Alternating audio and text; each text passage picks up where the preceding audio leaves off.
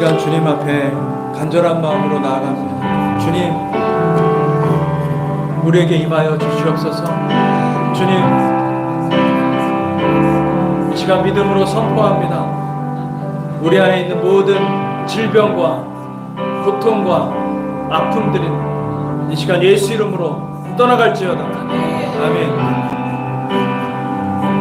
우리를 막고 있는 영적인 방해물들, 내 앞에 산과 같이 놓여있는 그 문제들, 이 시간 예수 이름으로 명하노니 떠나갈지어다. 부서질지어다. 돌파할지어다. 아멘. 주님, 그럼에도 불구하고 우리의 신앙을 우리에게 가르쳐 주시니 감사합니다. 하나님, 우리가 그럼에도 불구하고 에스더가 주님을 향해서 죽으면 죽으리다 그렇게 나아갔던 것처럼 하나님, 이 마지막 때에 우리가 주님만 바라보고 승리하는 백성 되기를 원합니다. 하나님, 이 시간 성령을 부어주십시오. 성령을 이 시간 부어주십시오. 하나님, 부어주시옵소서. 예, 하나님 감사합니다. 주님, 성령님 임하여 주시옵소서. 우리에게 안식과 평강을 주시는 주님, 이 시간 주님의 얼굴을 바라보기를 원합니다. 예수 그리스도 이름으로 기도했습니다. 아멘. 아멘. 할렐루야. 아멘. 감사합니다.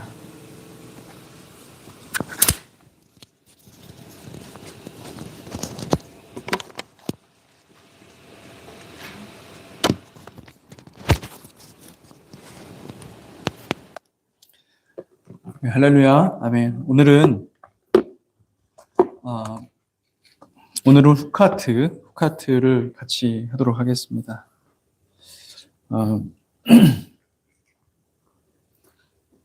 민수기 우리 같이 한번 볼게요. 민수기 19장 말씀입니다. 민수기 19장 말씀.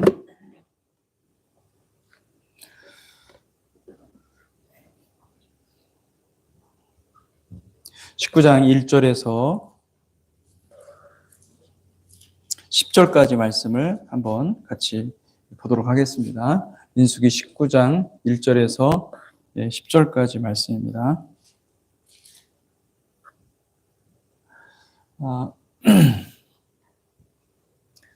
민수기 19장 1절에서 10절까지 말씀을 한번 찾으신 줄 알고 우리가 함께 교독하겠습니다. 여호와께서 모세와 아론에게 말씀하여 이르시되 여호와께서 명령하시는 법의 율례를 이제 이르노니 이스라엘 자손에게 일러서 온전하여 흠이 없고 아직 멍에 매지 아니한 붉은 암송아지를 내게 끌어오게 하고 너는 그것을 제사장 엘르아살에게 줄 것이요 그는 그것을 진영 밖으로 끌어내서 자기 목전에서 잡게 할 것이며 제사장 엘르아살은 손가락에 그 피를 찍고 그 피를 회막 앞을 향하여 7번 뿌리고 그 암소를 자기 목전에서 불사르게 하되 그 가죽과 고기와 피와 똥을 불사르게 하고 동시에 제사장은 백향목과 우슬초와 홍색실을 가져다가 암송아지를 사르는 불 가운데 던질 것이며 제사장은 자기의 옷을 빨고 물로 몸을 씻은 후에 진영에 들어갈 것이라. 그는 저녁까지 부정하리라.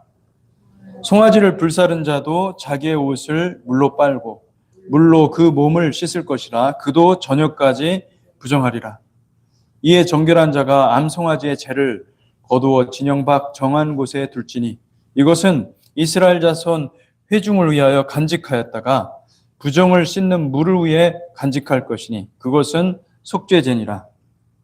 암송아지의 죄를 거둔 자도 자기의 옷을 빨 것이며 저녁까지 부정하리라.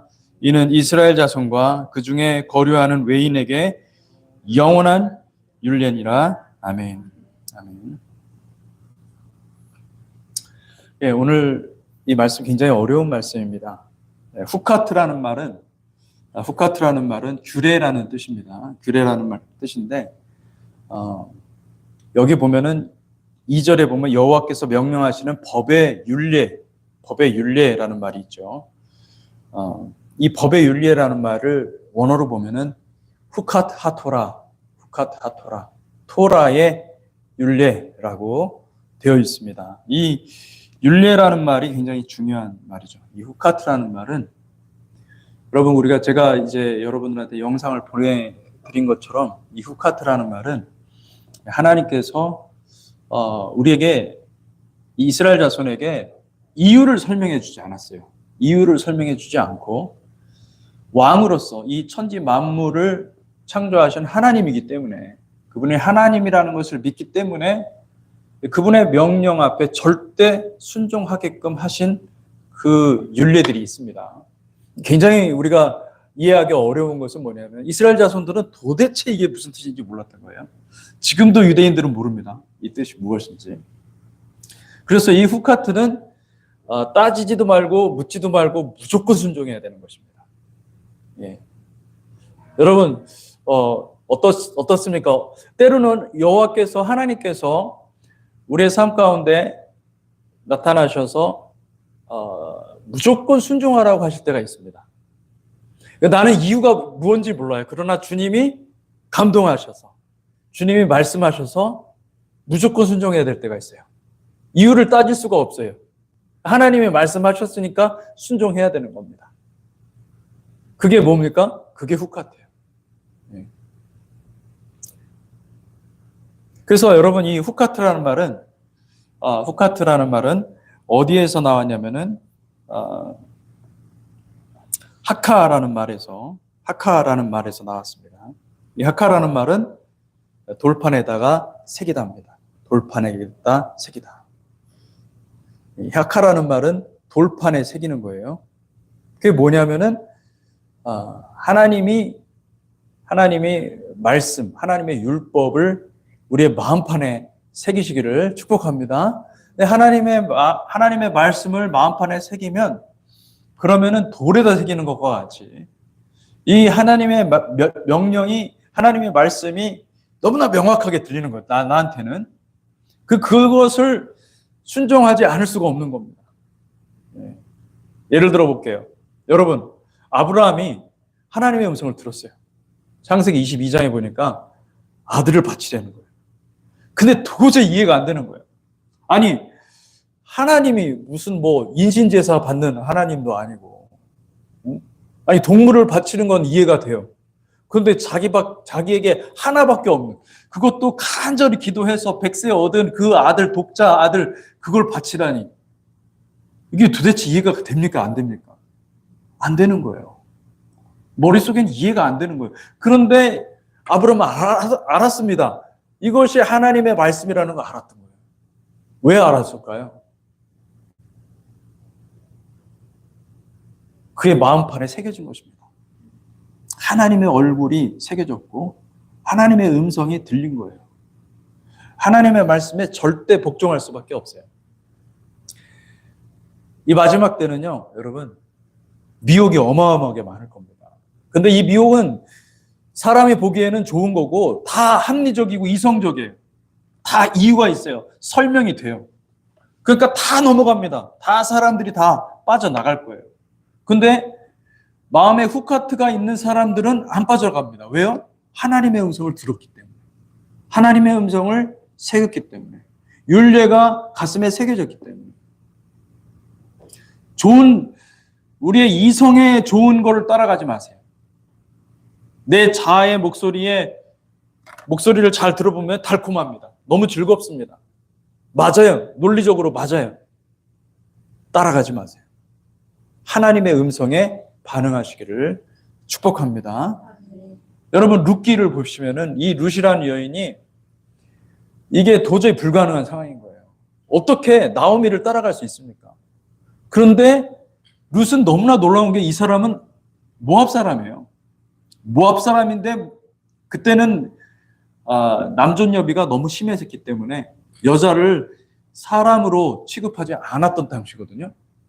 이스라엘도 그랬으니 여러분 다른 이방 민족은 얼마나 더 있겠습니까? 그런데 그는 무엇이 새겨졌는지, 마음에 무엇이 새겨졌는지 정말 하나님의 이 후카트가 있었던 거예요. 그래서 죽으면 죽으리 다 따라가는 거예요. 어머니의 나라가 나의 나라가 되고, 어머니 하나님이 나의 하나님이 되고, 어머님이 죽는 것이 내가 죽는 것이 되고, 어떻게 그렇게 할 수 있죠? 이게 참 불가능한 일입니다. 그런데 순종합니다. 이 후카트는 완전한 신뢰입니다. 하나님을 완전히 신뢰했기 때문에 따라가는 것입니다. 에스더는 어떻게 따라갔습니까? 에스더는 죽으면 죽으리라. 마지막 때는요, 후카트 신앙이 필요해요. 후카트가 있어야 됩니다. 그래서 민수기 19장 1절부터 22장 1절까지가 후카트인데, 후카트의 내용을 간단하게 제가 소개를 하자면은 이 붉은 암송아지의 규례, 도대체 이해가 안 되는 거죠. 파라 아둠마. 이 붉은 암송아지의 정결 규례, 이 정결 규례를 설명하는 민수기 19장 1절부터 22절까지가 그 내용이고요. 그리고 20장 1절에서 13절까지 무리바 물 사건, 무리바는 다투다라는 뜻입니다. 신광야의 무리바에 이르렀을 때 물이 없어서 모세와 아론에게 불평합니다. 거기서 심하게 다투는 일이 생겨서 모세는 그때 분노해서 지팡이로 하나님께서 반석을 치라고 명령을 하셨는데 2번 치라고 하진 않으셨어요. 근데 자기 의의가 들어간 거예요. 모세가 한 번 쳐야 될 것을 2번을 쳐서 하나님의 성품을 반영하지 못하고 하나님의 마음을 그대로 순종하지 못하고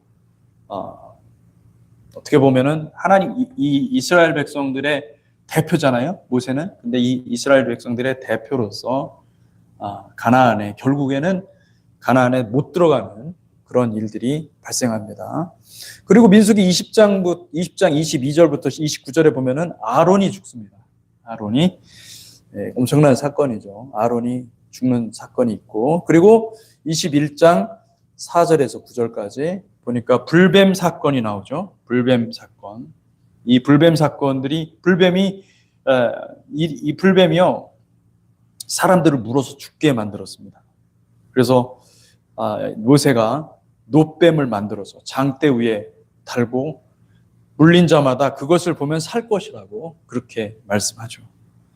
그렇게 얘기를 했을 때 그 놋뱀을 보고 본 자들은 모두 살아나는 역사가 일어난 거예요. 여기서도 후카트입니다. 여기서도 뭐냐면은 이게 말이 안 되는 거예요. 놋뱀을 보면 산다는 게 이게 말이 되는 겁니까? 논리적으로 맞습니까? 논리적으로 안 맞아요. 그런데 그 말씀을 그대로 듣고 정말로 그대로 순종한 사람은 어떻게 되는 겁니까? 사는 것입니다. 이게 후카트예요. 절대적으로 복종한 거예요. 왜요? 하나님의 말씀을 신뢰하기 때문에. 아모리 왕 시혼과 바산 왕 옥의 전투가 있고 21장 21절에서 35절까지 그 땅에서 이스라엘이 승리를 합니다. 그래서 이 과정이 이 전체 이 후카트에 속한 민수기 19장부터 22장 1절까지의 그 22장 1절까지의 그 모든 과정이 하나님의 명령에 순종하는 것, 절대 명령, 후카트, 영원한 규례, 그 영원한 규례를 순종하는 것으로 이렇게 볼 수가 있습니다. 여러분, 이 후카트는요, 영원한 규례입니다. 역사의 주관자, 모든 것을 아시는 분이 명령하셨기 때문에. 우리 전지전능하다고 그러잖아요. 여호와 하나님은 전지전능하십니까? 아멘. 전지전능하시죠. 그게 여러분 전지전능하다라는 말이 모든 것을 다 한다라는 뜻이 아니에요. 모든 것을 다 할 수 있다 이런 게 아니에요. 그런 뜻이 아니라 하나님은 역사를 자기가 원하시는 뜻대로 경영하신다라는 뜻입니다. 하나님은 처음과 마지막이기 때문에 다 아시는 거예요. 처음과 끝을 아시는 하나님. 하나님의 뜻하신 바를 반드시 이루시는 하나님.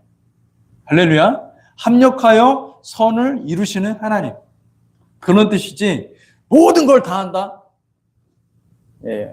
우리는 모든 걸 다 한다고 얘기하면서 그 모든 것을 몰라요. 그러니까 자기가 하는 말이 무슨 말인지도 모르는 겁니다.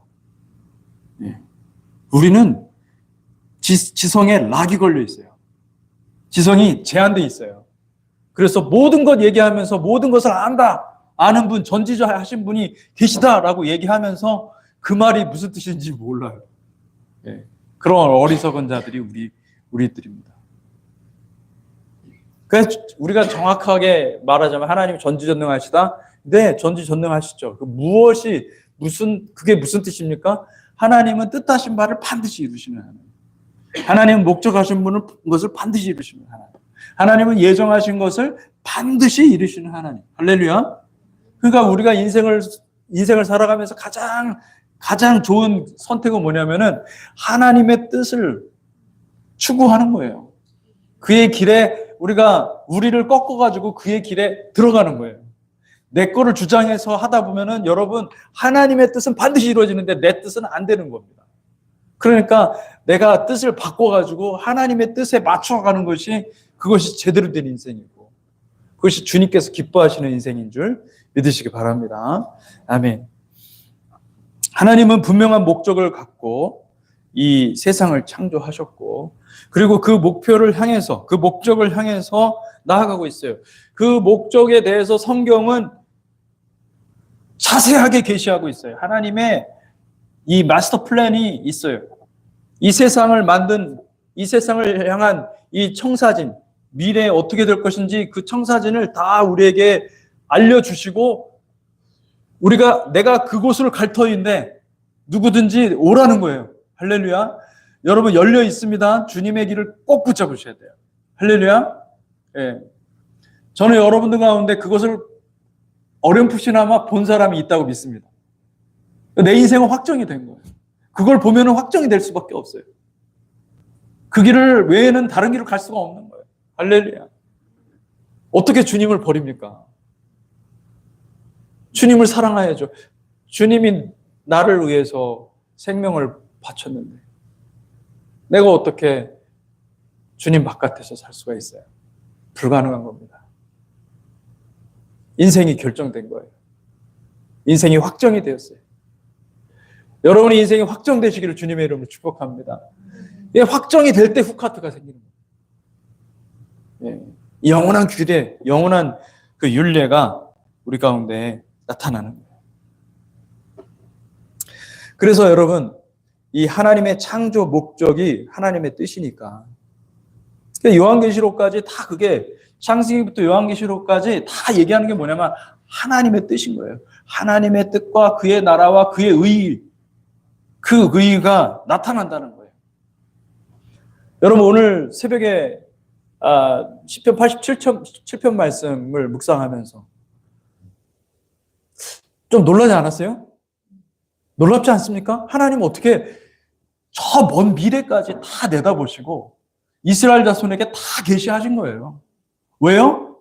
하나님은 알파와 오메가요, 처음과 나중이요, 알렙과 타브요, 그리고 여러분, 이 세상에 언약을 시작하신 분이시기도 하지만 언약을 종결하시는 분이시기도 하시고, 하나님이 하신 모든 말씀을 다 성취하시는 하나님이십니다. 아멘? 하나님은 그런 하나님이시기 때문에 우리에게 후카트를 묻지도 말고 따지지도 말고 무조건 순종해야 되는 그 규례를 주실 수 있는 분이에요. 왜요? 하나님 우리가 절대적으로 신뢰하시는 분이시기 때문에, 절대적으로 신뢰해야만 하는 분이기 때문에.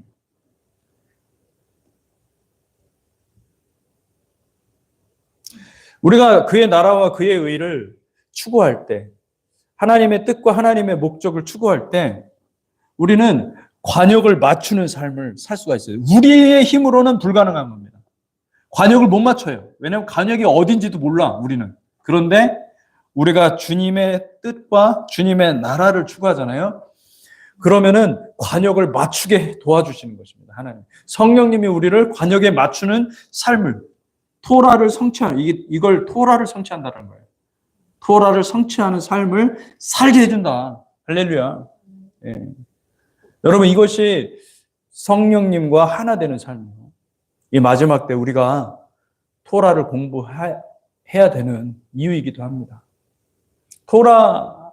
토라에서만이 사실은 이 삶의 실제적이고 구체적인 하나님의 사랑하는 법, 하나님을 어떻게 하면 하나님께 더 가까이 갈 수 있는지 그 구체적인 방법을 제시한 책이 없어요.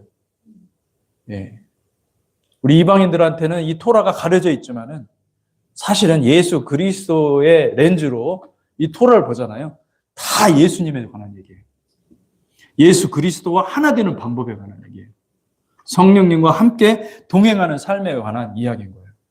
그게 마지막 때는 토라가 풀어질 수밖에 없고, 이 토라를 통하여서 우리가 이방인과 유대인이 하나가 될 뿐만 아니라, 한 세 사람이 될 뿐만 아니라 예수 그리스도와 신랑과 신부가 온전히 하나 될 수 있는 것입니다. 아멘. 그래서 여러분, 우리가 지금 이렇게 토라를 배우는 것이고, 이 토라를 통하여서 아버지의 뜻을 아는 거예요. 하나님의 뜻을 아는 거예요. 하나님이 우리를 창조하셨어요. 근데 그냥 창조해놓고선 그냥 네 맘대로 살아라 이렇게 하신 게 아니라 아버지의 뜻을 계시해 주시고 그 뜻대로 살아갈 수 있는 사람들을 지금 모집하고 있는 거거든요. 여러분들이 손을 들고 온 거예요. 내가 주님의 뜻을 내가 따라 살겠습니다. 할렐루야. 아멘. 그렇게 계속 주님의 얼굴을 추구하고 주님의 얼굴을 바라보다 보면은 하나님은 여러분의 가슴에다가 무엇을 새긴다는 거예요? 가슴에 뭘 새기는, 돌판에다가 새기는 걸 뭐냐면 하카라고 그랬잖아요. 하카. 후카트를 주는 거예요. 하나님의 영원한 율례를 허락해 주시는 것을 믿습니다. 아멘. 그래서 여러분, 이 메노라를 만들 때 순금 한 달란트를 가지고 어떻게 만들었습니까? 쳐서 만들었어요. 우리 주님께서 매를 맞으셨잖아요. 그죠? 매를 맞으시고, 뺨을 때리시고, 채찍으로 치고, 몸을 내리치고, 그리고 십자가에 이 손에다가 못을 쳐가지고, 망치로 쳐서, 받고, 나무에다가, 발에다가,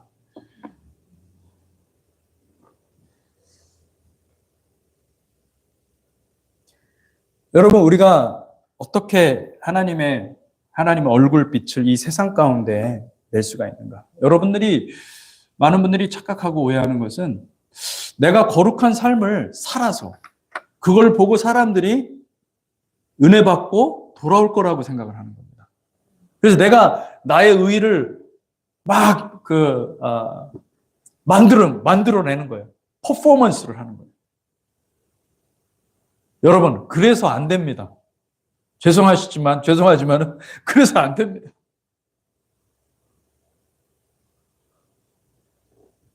유일한 방법은 뭐냐면은 자기를 부인하는 겁니다. 나를 치는 겁니다. 우리 주님께서 십자가에 달리기 전에 매 맞고 터지고, 그리고 마침내 십자가에 달릴 때도 그죠? 손에 못을 박힘을 받았잖아요. 그죠? 이게 말이 됩니까?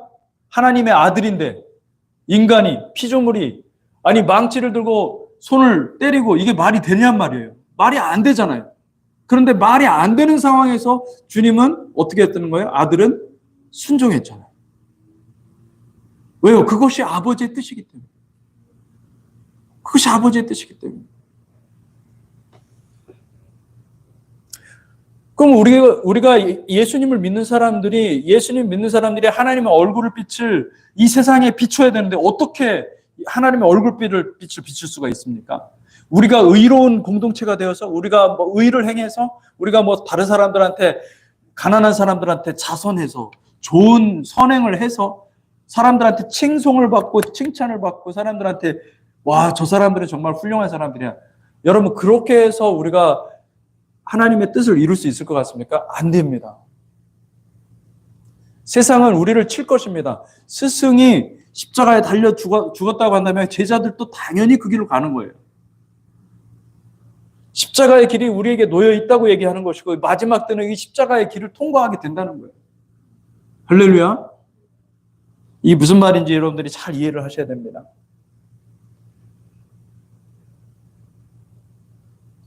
여러분, 채석장에 혹시 가보신 적이 있으신지 모르겠어요. 제가 어릴 적에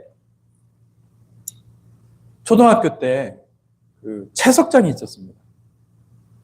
그 채석장에 가면은 뭐 돌화로방 같은 거를 만드는 거예요. 뭐 여러 가지 돌로 만든 작품들을 만드는데 하루 종일 그 정하고 망치 소리가 아주 그냥 그 귀에 따갑도록 들립니다. 그 돌 원석의 입장을 한번 생각해 보세요. 계속 망치질을 하는 거예요. 그걸 쳐가지고요, 매끈한 돌을 만들기도 하고. 얼마나 돌의 입장에서는요, 엄청나게 가슴이 아픈 거예요. 자기 살점을 다 도려내는 거잖아요. 그래서 작품을 만들어 하는 거죠.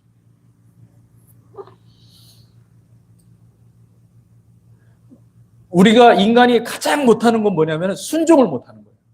타락한 인간이 가장 못하는 건 순종을 못하는 거예요. 하나님이 순종하는 사람을 만들기 위해서 무엇을 하냐면은 우리를 마치 채석장에 가가지고 돌로 그냥 정을 가지고 돌을 때려가지고 그를 막 갈고 닦는 거죠. 작품을 만들어내는 거예요. 하나님의 형상을 만들어내는 거죠.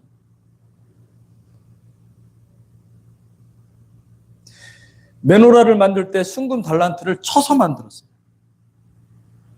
마찬가지로 여러분, 우리도 그리스도를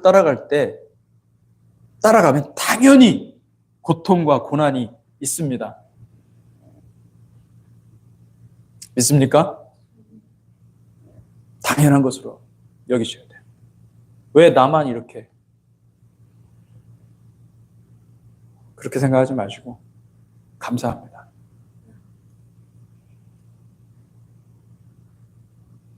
우리 교회도 마찬가지예요, 여러분. 하나님 앞에 우리는 죄인입니다. 뭐 우리가 잘한 게 뭐가 있겠어요? 근데 하나님은 우리를 치시는 것이에요. 왜요? 주님을 사랑하는 순전한 공동체가 되겠다고 헌신했잖아요. 그러니까 주님이 치는 건 당연한 거예요. 그를 주님이 친다고 아프다고 생각하지 마시고 감사하시기를 주님의 이름으로 축복합니다. 아멘. 골로새서 1장 24절에서 25절. 나는 이제 너희를 위하여 받는 괴로움을 기뻐하고 그리스도의 남은 고난을 그의 몸된 교회를 위하여 내 육체에 채우노라. 내가 교회의 일꾼 된 것은 하나님이 너희를 위하여 내게 주신 직분을 따라 하나님의 말씀을 이루려 함이니라. 바울은 마음에 확고하게 자리 잡은 것이 있습니다. 그게 뭐냐면 하나님의 뜻이에요. 저도 목회를 하면서 하나님의 뜻을 계속 묻고 아버지께서 원하시는 길이 무엇인지를 항상 묻습니다. 아직 멀었어요. 아직 멀었지만은 그렇지만은 저는 제 마음의 소원은 뭐냐면은 아버지의 마음을 기쁘게 해드리고 싶은 거예요. 아버지께서 기뻐하시는 길을 가고 싶은 거예요. 세상의 영광을 받는 길은 아닙니다. 절대로. 이 길은. 아버지께서 기뻐하시는 길이라고 한다면 난 그 길을 가겠습니다. 고난이 온다 할지라도 감사함으로 가겠습니다. 이 바울은 뭐라고 그러냐면요. 그리스도의 남은 고난을 그의 몸된 교회를 위하여 내 육체에 채우노라. 교회를 사랑하면 대가 지불이 있어요. 여러분 교회를 사랑하잖아요. 교회를 사랑합니까? 사랑하는 줄 믿으시기 바랍니다. 여러분들은서 교회를 정말 사랑하시는 것 같아요. 제가 오늘 이렇게 말씀 준비하면서 참 감사해요. 여러분들한테 너무나 감사해요. 무릇과 같은 신앙을 가지신 분들인 줄 믿습니다. 네. 네. 주님만 붙잡고 가겠다고 이 헌신한 그 마음을 얼마나 귀하게 보실까. 할렐루야. 아멘. 네. 바울은 몸을 쳐서 복종시켰습니다. 고린도전서 9장 26절에서 27절에 보니까 그러므로 나는 다름질하기를 향방 없는 것 같이 아니하고 싸우기를 허공을 치는 것 같이 아니하며 내가 내 몸을 쳐 복종하게 함은 내가 남에게 전파한 후에 자신이 도리어 버림을 당할까 두려워함이로다. 내가 내 몸을 쳐서 복종하게 한다. 내 의지, 내가 편안하게 살 수도 있고 내가 안락하게도 살 수 있고 내가 성공을 추구하는 넓은 길을 갈 수도 있지만 내가 일부러 내 몸을 쳐서라도 그 길을 안 가겠다는 거예요. 내가 하나님의 뜻을 이루기 위해서 내가 고난을 택하든 그렇게 해서 내가 마침내 하나님께서 약속하신 그 영원한 생명을 내가 얻고 그리고 내가 올라옴 하바 장차 올 그 세상에 내가 들어가겠다. 그 의지가 확고했던 겁니다. 여러분에게 그런 의지가 있기를 주님의 이름으로 축복합니다. 그게 의지가 강하니까 그냥 무조건 순종하는 겁니다. 하나님이 말씀하시면 무조건 순종하는 거예요. 내가 생각했을 때 이거 뭐 말이 안 되는 상황이야. 그래도 하나님 말씀하시면 가는 겁니다. 할렐루야. 아멘. 제가 안타깝게 생각하는 거는 여러분 하나님의 뜻은요 우리가 회개하고 돌이켜서 주님의 뜻을 향해 가는 것입니다. 아무리 하라고 얘기를 해도요 듣지를 않는 걸 어떻게 합니까? 돌이키시기를 주님의 이름으로 축복합니다. 아멘. 돌이키고 주님께 목사님 왜 이렇게 표적 설교하십니까? 그러지 마시고 그냥 저도 몰라요. 사실은 아무것도 모르는데 그냥 하나님이 말씀해 주시고 하나님이 감동해 주신 걸 선포했는데 어떻게 기가 막히게 돌이 그냥 나한테 뚝 떨어져가지고 제가 던진 게 아닙니다. 죄송합니다. 여러분 맞았다면 죄송합니다. 근데 여러분 맞아도 회개한다면 그건 은혜입니다. 맞고 회개한다면 정말 놀라운 은혜입니다.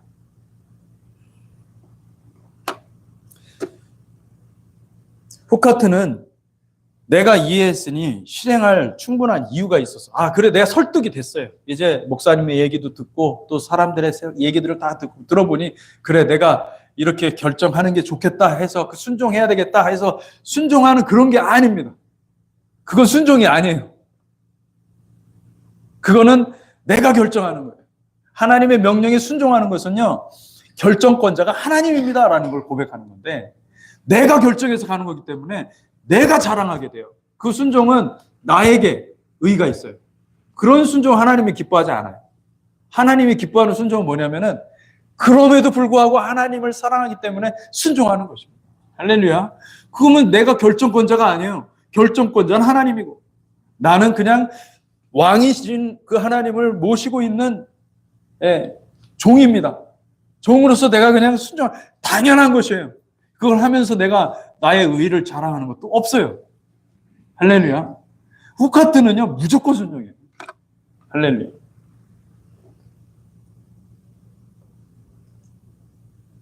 제가 이제 이번에 이제 여러분 청소를 좀 했습니다. 옛날 놀크로스에 있는 건물 청소를 하면서 제 아들과 함께 청소를 베큐음을 쫙 했어요. 얼마나 더러운지 몰라요. 베큐음 한 8시간을 청소한 것 같아요. 네. 어마어마하더라고요. 그렇게 넓은 곳에 있었어요. 엄청 청소해도 끝이 없어요. 본당하고 나서 저는 한 반을 한 줄 알았어요. 천만의 말씀. 본당은 아무것도 아니에요. 진짜 구석구석 청소를 했는데 근데 제 아들이 막 이만큼 힘이 나와가지고 왜 우리가 해야 되냐고요. 왜 내가 해야 되냐고요. 아니 아빠는 이해가 된대. 근데 나는 왜 여기 와서 나는 왜 여기 와서 해야 되냐. 막 얘기를 하는데 진짜 말이 돼요. 말 되는 얘기만 하는 거예요. 네. 그래서 참 미안하다. 네가 내 아들이라서 내가 가자고 해서 왔는데 얼마나 힘들겠냐. 미안하다. 그러면서 맛있는 거 사주겠다. 싫대 뭐. 막 짜증을 막 엄청 내고 막 그랬었어요. 근데 그때 제가 이제 마음속에 그런 생각이 들었습니다. 왜 내가 청소하지? 저도 생각이 좀 내가 지금 왜 청소하지? 내가 지금 뭐 하고 있지 지금? 네. 근데 주님께서 주시는 마음이 있어요. 감동이 있어요. 뭐냐면 청소하는 것이 얼마나 귀한 일인지 아느냐. 그러시는 거예요.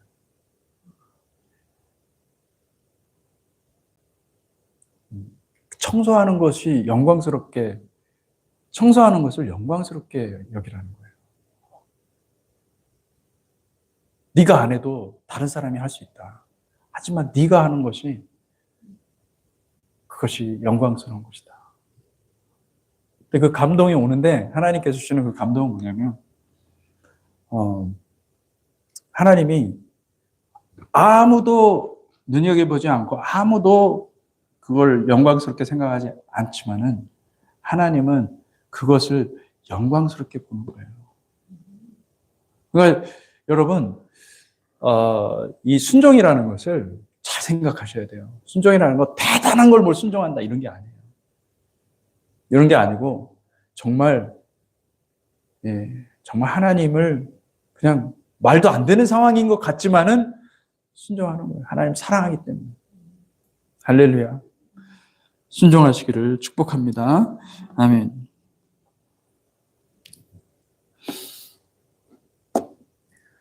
예레미야 1장 9절에서 10절에 이런 말씀이 있습니다. 여호와께서 그의 손을 내밀어 내 입에 대시며 여호와께서 내게 이르시되 보라 내가 내 말을 내 입에 두었노라. 보라 내가 오늘 너를 여러 나라와 여러 왕국 위에 세워 내가 그것들을 뽑고 파괴하며 파멸하며 넘어뜨리며 건설하고 심게 하였느니라. 엄청난 무서운 말씀을 하셨는데 이게 예레미야한테 하신 말씀이에요. 근데 예레미야가 그는 받은 것이 하나님의 말씀을 선포하는 것인데 그 선포하는 말씀들은 이 듣는 사람들이 이스라엘 백성들 뿐만 아니라 이 듣는 모든 사람들이 마치 저주같이 들린 거예요. 나를 때리는, 나를 치는 말씀처럼 들리는 거예요. 근데 그것은 하나님의 말씀이었어요. 너무나 무서운 얘기들을 한 거죠. 심판의 말씀을 회개하라, 돌이키라. 심판의 말. 그런데 듣는 사람들이 듣질 않았습니다. 들을 기가 없었어요. 듣질 않았어요.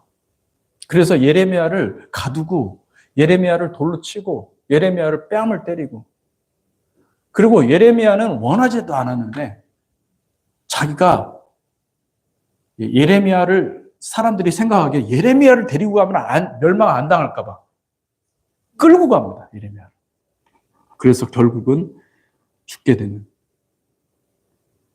예레미야의 인생은 보면은 너무나 인간적으로 볼 때는요. 그렇게 살 수는 없어요. 그렇게 불행한 인생은 없는 거예요. 근데 예레미야에게 하신 말씀은 그건 거예요. 내가 너를 세워서 그것들을 뽑고 파괴하며 파멸하고 넘어뜨리며 건설하고 심게 하였느니라.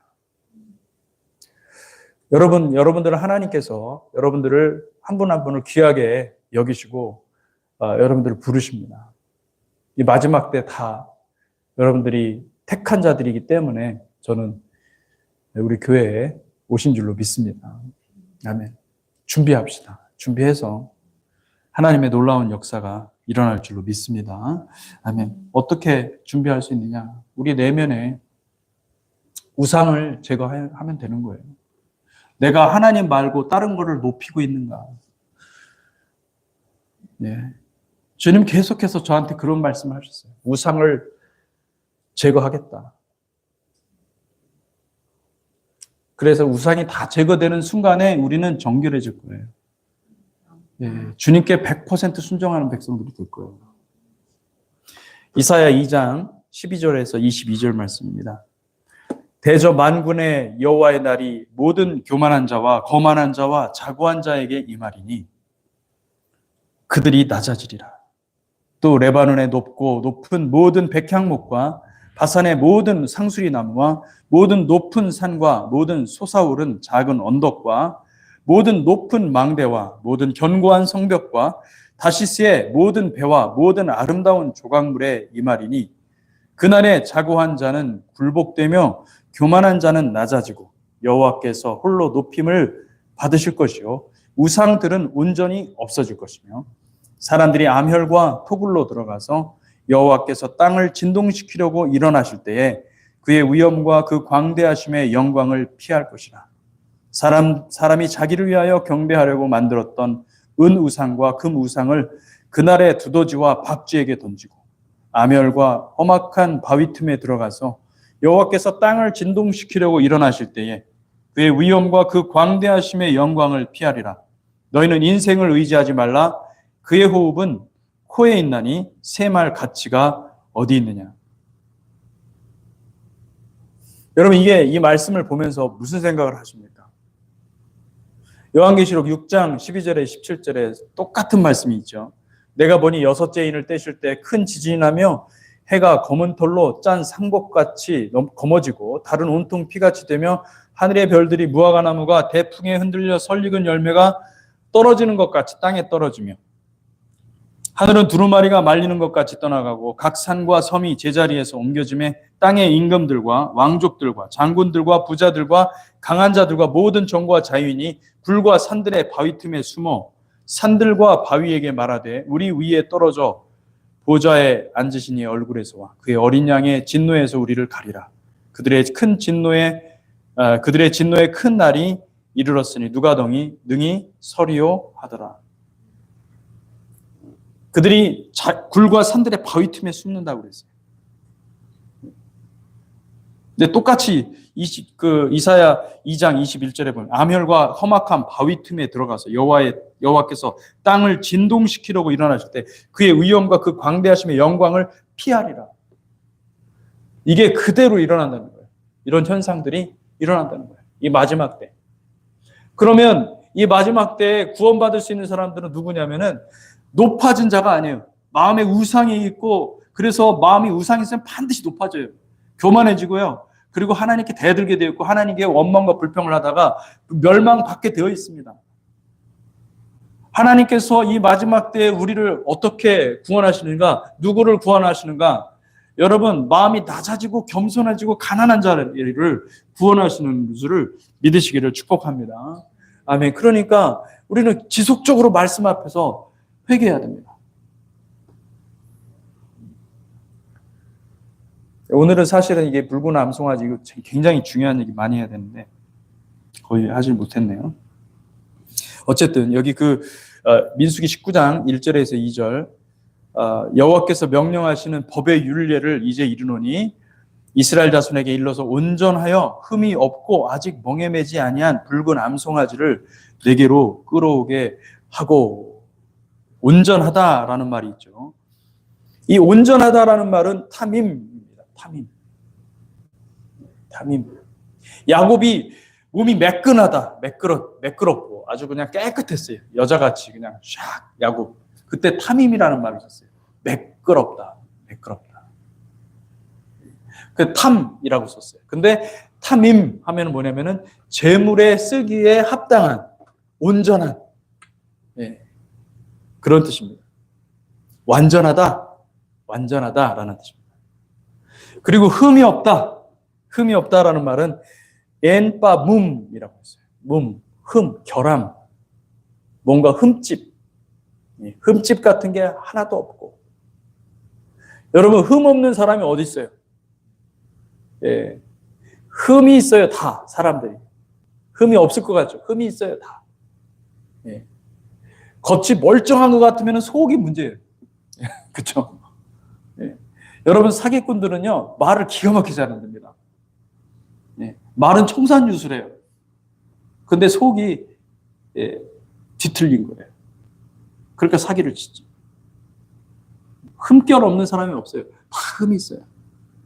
근데 흠이 없어야 된다고. 그리고 아직 멍에 매지 아니한, 이게 무슨 뜻이냐면은 아직 멍에 매지 아니한 로 알라 엘레이하 올, 멍에를 매지 아니한, 아직 멍에 매지 아니한, 길들여지지 않은. 다시 말하면 멍에를 맨다는 것은, 소가 멍에를 맨다는 것은 일을 하는 거거든요. 일을 하면서 길들여지는 거거든요. 길들여지지 않는 그 붉은 암송아지를 내게 끌어오게 해라. 이거는 무엇이냐면요, 벌써 온전하고 흠이 없고 아직 멍에 매지 아니한 요 세 가지만 봐도 이것은 누구를 말하냐면은 인간은 없습니다. 인간은 다 죄인이기 때문에 인간은 살아있는 인간이 아니라 이것은 하나님께서 지정하신 특별한 존재가 온다는 거예요. 붉은 암송아지는 여러분 하나님이 주시는 선물이에요. 하나님이 주시는 존재가 있는데 그는 온전할 것이고 그는 아직 흠이 없을 것이고 아직 멍에 매지 아니야. 온전한. 그러니까 멍에 매지 않은 건 주인이 있다는 거거든요. 멍에를 맸다는 건 주인이 있다는 거잖아요. 주인이 없는 거예요. 하나님만이 주인. 그런 존재가 올 거라는 것이고. 근데 이 붉은 암송아지를 내게로 끌어오라고 했는데 이 붉은 암송아지가 문제입니다. 도대체 왜 붉은 암송아지냐는 거죠. 붉은 암송아지. 파라 아둠마. 히브리어로 파라 아둠마. 여러분 이 암송아지는요. 여러분 암송아지는요. 이 공동체. 그러니까 여러분 백성들을 말하는 겁니다. 백성들의 대표죠. 양을 바치기도 하고 소를 바치기도 했는데 송아지를 바치는 것은 백성들을 대표해서 또는 백성들의 지도자인 제사장이 범죄했을 경우 그 제사장을 속죄하기 위해서 소를 바쳤습니다. 그런 것처럼 이것은 또한 백성들의 범죄가 언제 그러냐면 이스라엘 자손들이 출애굽한 후에 그들이 황금 송아지를 만들었어요. 아론이 그걸 만들어준 겁니다. 금송아지를 만들어주셨죠. 그때 파라는 아니지만 어쨌든 이 암송아지를 하나님께서 요구하는 것은 백성들의 죄를 해결할 때 암송아지를 얘기하는 것을 볼 수가 있습니다. 이게 붉은 것이 중요합니다. 이 붉다라는 말이. 여러분 이 붉다라는 것은 이 아둠마라는 것은 여러분 아담이 에돔으로도 읽히고 이 아담은 어디서 나왔느냐면 아담아라는 땅에서 아파르를 취해서 땅에 있는 아파르를 취해서 빚어서 만든 겁니다. 그러니까 원래 사람들은 붉은 빛을 띠는 게 맞습니다. 정상이 뭐예요? 붉은 빛을 떼야 된다. 사람의 얼굴에서. 제 얼굴이 탔다고 그러는데 저희 아내는 이게 정상인 거예요. 여러분은 너무 하얗습니다. 오늘 너무 하얗게 치장을 하고 막 이렇게 하시는데 여러분 너무 하얗게 만들지 마시고 붉으스름하게 만드시기를 바랍니다. 빨간 게 맞아요. 붉은 게 맞고. 그래서 우리가 인간은 붉은 에돔 붉은 것이 맞고 이 붉은 것이 이 날렛이 들어가 있어요. 이 땀은 뭐냐면 피입니다.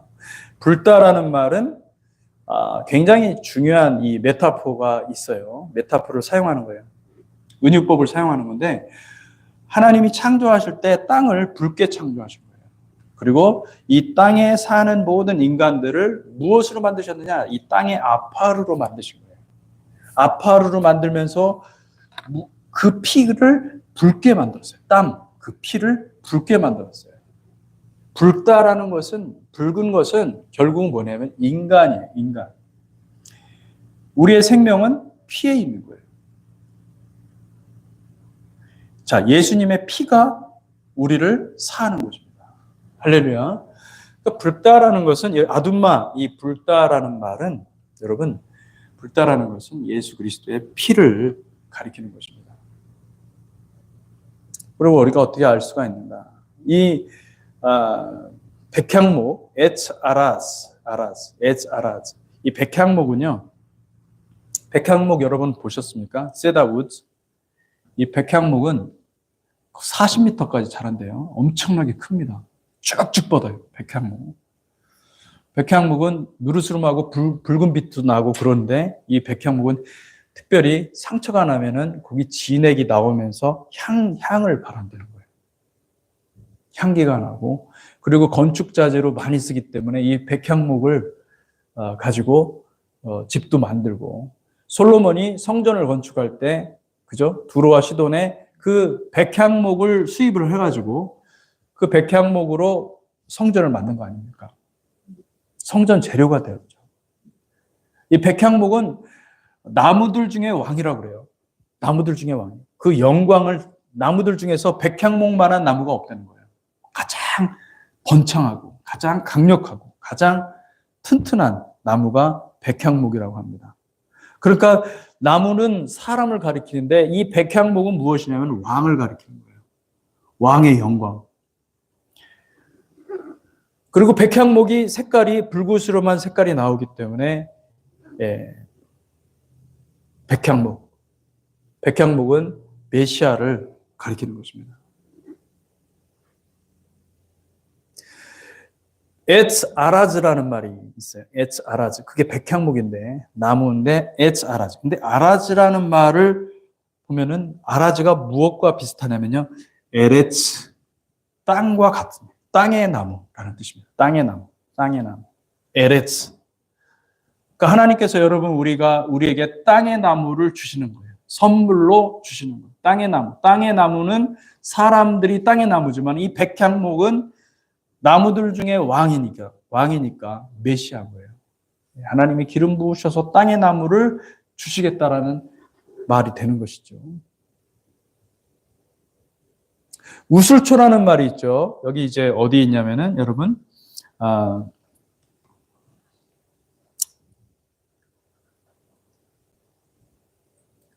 4절에 보면 엘르아살은 손가락에 그 피가 뭐예요? 땀. 아둠마 땀, 그죠? 찍고 그 피를 7번 뿌리고, 그리고 동시에 제사장은 6절에 백향목과 우슬초와 홍색실을 가져다가 암송아지를 사르는 불 가운데 던질 것이라.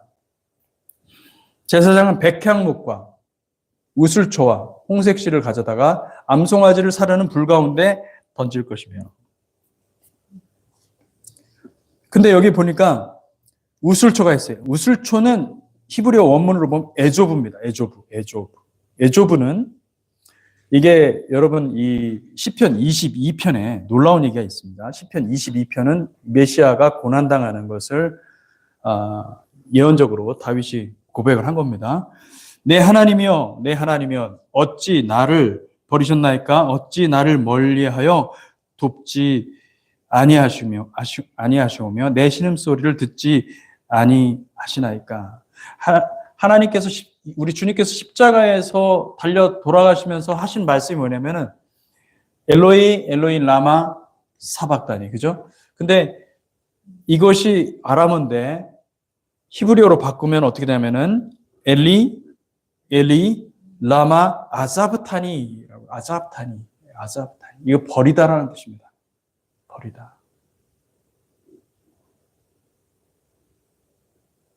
네, 우슬초가 뭐라고요? 에조브예요.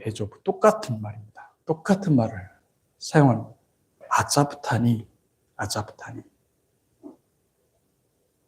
어찌하여 나를 버리셨나이까. 그러니까 이 우슬초로 하나님은 아들을 버린 겁니다. 아들을 버린 것이고, 그리고 우리를 구원하신 것입니다. 우슬초로 뿌리라고 하는 것은 이 히브리어에 보니까 그런 표현들이 있는 거예요. 더 놀라운 것은 홍색실입니다. 홍색실. 샤니톨라. 히브리어로 홍색실은 샤니톨라. 붉은색은 이해가 돼요. 붉은색은 이해가 되죠. 여러분, 붉은색은 이미 붉은 암송아지, 파라 아둠마 이미 나왔잖아요. 붉은 것이 피를 의미하는 것이고, 이것이 인간이라는 것을, 인간이 오셔서 이 모든 일을 하실 것이라는 것을 예고하는 것이라는 것은 이해가 되죠. 그렇죠? 근데 샤니톨라, 홍색실, 홍색은 아는데 실이라고 해 있는 톨라라는 말은 벌레입니다. 벌레. 홍색 벌레. 이 벌레는 그냥 벌레가 아니라 죽은 시체를 갉아먹는 벌레입니다. 사람이 죽으면은 뭐 동물이 죽어도 벌레들이 생깁니다. 그게 톨라입니다. 이 톨라라는 말이 어디에 또 쓰이냐면은 시편 22편 6절에 보면 나는 벌레요 사람이 아니라 사람의 비방거리요 백성의 조롱거리입니다. 베 아노키 톨라트 로 이시 하로벳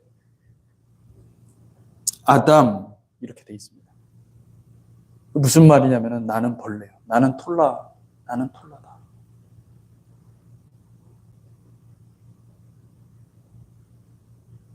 나는 벌레라. 이게 시편 22편 여러분 메시아에 대해서 정확하게 묘사한 메시아에 대해서 가장 많이 이 한 편의 시인데 메시아에 대해서 많은 것을 성취한 구약에 어떻게 보면 거의 독보적인 거예요. 그 시편 22편에 다 나오는 표현들이 지금 여러분 이 붉은 암송아지에 관한 규례에 다 들어가 있는 겁니다. 놀랍지 않습니까? 하나님은 어떻게 우리를 사랑하시는가?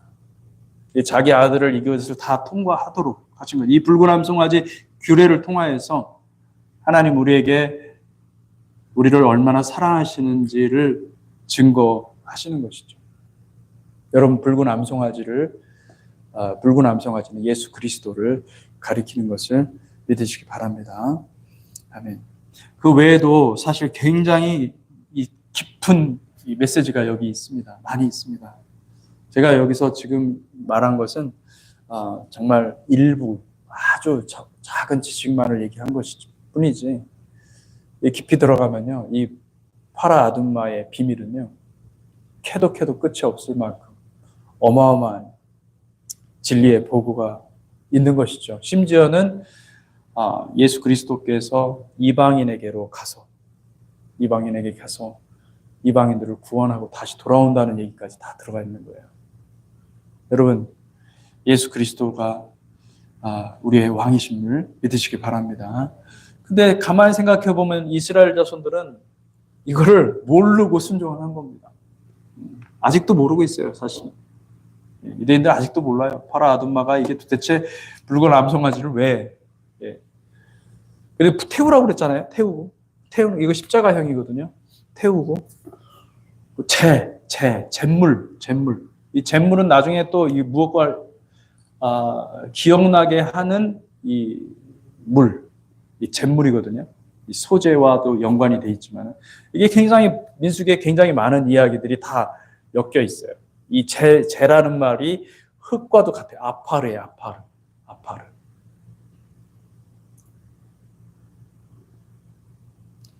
정말 놀라운 말씀이 아닐 수 없습니다. 여러분 뭐 다 얘기를 하기는 어렵겠지만은 중요한 것은 무엇이냐면은 우리의 구원자는 예수 그리스도이심을 믿으시기 바랍니다.